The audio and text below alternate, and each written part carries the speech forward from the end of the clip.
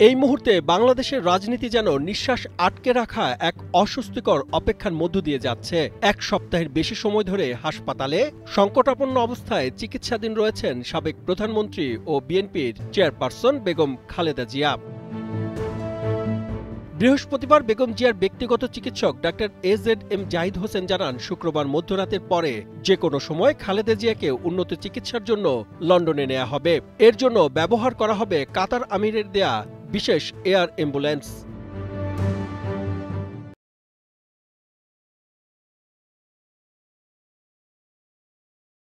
কখন আসবে সেই বিশেষ বিমান, এ নিয়ে বৃহস্পতিবার থেকে শুক্রবার সকাল পর্যন্ত অপেক্ষায় পুরো দেশ।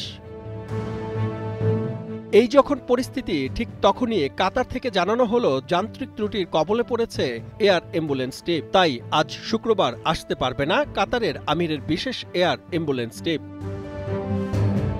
তবে সবকিছু স্বাভাবিক থাকলে শনিবার এয়ার অ্যাম্বুলেন্সটি বাংলাদেশে ল্যান্ড করবে বলে জানিয়েছেন মির্জা ফখরুল ইসলাম আলমগীর। এরপর উন্নত চিকিৎসার জন্য বিএনপি চেয়ারপারসন খালেদা জিয়াকে লন্ডনে নেওয়া হবে বলেও জানান বিএনপির মহাসচিব।